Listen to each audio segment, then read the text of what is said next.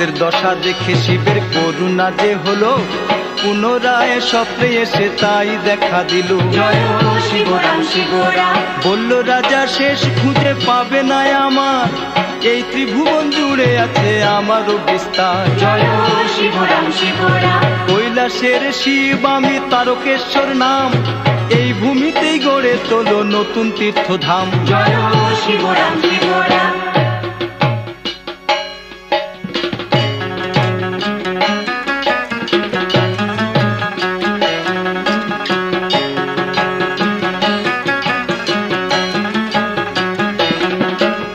শিবেরও আজ্ঞায় রাজা পায় সমাধান, নতুন মন্দির এক করে সে নির্মাণ। ফলমূলের বৃক্ষ বসায় কাটায় পুষ্করিণী,